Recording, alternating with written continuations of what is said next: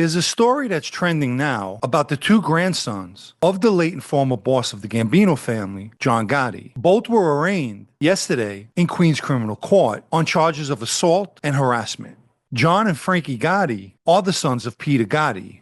Their arrest stems from an incident that took place on Sunday, where John Gotti's brother-in-law, Gino Gabrielli, was caught on a security camera breaking into a bedroom window of a house that his sister shares with her husband Gotti. He allegedly stole $3,000, a wallet, a pair of earrings, and a belt. Obviously, Gabrielli was quickly recognized after viewing the security video. The following day, the Gotti brothers confronted Gabrielli at his mother's house, and according to reports, after a 911 call was placed, the police arrived just in time to witness the brothers punching Gabrielli.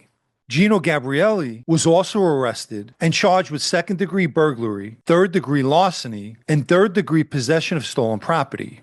One report states that he was on supervised release at the time of the incident, which naturally can cause him further trouble, like a parole violation. There's a deep-rooted history of bad blood between Gabrielli and his brother-in-law John Gotti. Years ago, an associate of mine at the time, Peter Pan, brought Gabrielli to see me. They wanted to assault John Gotti and claimed that he was mistreating Gabrielli's sister. After listening to the story, or at least what I was told, I nixed the idea. For starters, I wanted to avoid the embarrassment where I felt this kid Gotti would go to work on both Peter Pan and Gabrielli. But more importantly, this was none of our business, meaning Lucchese family. This arrest is not Gabrielli's first. On the night of December 3rd, 2015, Gabrielli, following Peter Pan's lead, poured a large container of gasoline on a 2014 Mercedes and subsequently torched the car. All of this was captured on a security camera. As a matter of fact, at least 2 different home security cameras captured the incident. And I know this because Peter Pan met with me to proudly show me a video he had on his phone, one that was sent to him by a friend who happened to live across the street from where the Mercedes was torched. The following is a clip from a previous video where I describe what took place as far as the torching of the car goes. At around December of that year, he gets in touch with me and asks me if I could meet him at a place called Woodhaven House. It's in Regal Park on Woodhaven Boulevard. I walk in the place and he's there with this kid, Jonathan Garino. This kid, Jonathan, I met him before, nice kid. Jonathan was related to Anthony and Caesar. This kid, Peter Pan, starts telling me the story about getting involved in a Gambino beef over money that's owed to this guy, Iggy, who's with the Gambinos, Iggy Alanga. He goes on to tell me that, well, that guy asked me to do him a favor. And then he proceeds to show me a video. And on the video, I see this guy walk over to a car and he's pouring enough gasoline to not only light that car, but to light every car on the block and the whole neighborhood on fire. As I'm watching, I'm shaking my head because I know it's way too much gas. So I said to him, let me ask you something. Who is this kid that's doing this? He says, oh, you met him. That's the kid Gino, Gino Gabrielli. I had met him at a bar that I met him at one time, and this kid was there. This kid was a very, very nice kid. No business being around these guys or this kid, Peter. And I said to him, what is Gino doing this? How did Gino get to this? No, he wanted to do it. No. In other words, you got yourself involved in this because you want to score points with people. And you think that it's going to progress your goal to become an inducted member in this life. And yet you didn't do it yourself. You got this kid to do it who don't even know what he's doing. And to prove my point, here's this kid Gino going to light this gasoline up, and he proceeds to light himself on fire, and he's rolling in the video, rolling on the floor on fire and everything else. Where did you get this video?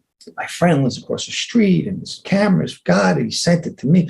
I said, I'm going to tell you something right now. A, get rid of that video. B, don't ever send that video or text me about this incident on my phone ever. Where is this kid Gino? Obviously, he's in the hospital. Oh, he's in the hospital. Please tell me that you guys didn't take him to the hospital. He says, well, yeah, we took him to the hospital, but, we put our baseball caps on. You put your baseball caps on? Let me tell you something. Gino's getting pinched right in the hospital, and you two guys are getting pinched. Here's Jamaica Hospital, where the genius Peter Pan took Gabrielli and escorted him inside. You'll notice on the left hand, there's a police surveillance camera pole. Anyway, Peter Pan and Gabrielli were both captured walking into the hospital and were identified regardless if they had baseball caps on or not. More crucially, Gabrielli reeked the gasoline, which didn't go unnoticed by the hospital staff working the emergency room that night. Ultimately, Gabrielli pled guilty to arson in August 2016. Jonathan Garino pled guilty to extortion in June of 2020, and Peter Pan pled guilty to using fire to commit one or more felonies, which he's currently serving a 10-year sentence for. Here's a fact. Had Peter Pan listened to me and the things I was trying to teach him, he would never be in prison right now. For him, his goal in life was to be viewed as a wise guy. But take it from me, there's absolutely nothing wise in his DNA whatsoever. He got himself and dragged Garino and Gabrielli into that mess by committing the arson. If you think about it, what did it prove? The guy's insurance covered the damage. If the Mercedes was totaled, which from the looks of it, it was, he gets a new car. Was it worth giving up 10 years of your life for? I'm sure he thinks so. Presently, there are 3 people now facing charges: the Gotti brothers and Gino Gabrielli. I don't believe the assault charges are that serious in nature, although it's possible John Gotti may still be on parole, which could cause him further trouble, like a parole violation, and what could very well be the case for Gabrielli as well. This situation never should have happened. Gabrielli had no business entering his sister's house in that fashion, and it's unfortunate that the Gotti brothers are now facing assault charges as a result. But the real victim in this story isn't any of the 3 mentioned. It's Gabrielli's sister, who is literally stuck in the middle of a mess. On the one hand, she had her house robbed by her brother, and her husband and brother-in-law wind up beating her brother up, and now her husband is facing charges. In 2017, he pled guilty to selling oxycodone and was sentenced to 8 years. But the lesson here should be for Gino Gabrielli. Back in 2015, and ironically this week, he committed crimes where he was captured on video surveillance. Hopefully, when the dust settles, he'll give up trying to be a criminal because he's not a good one.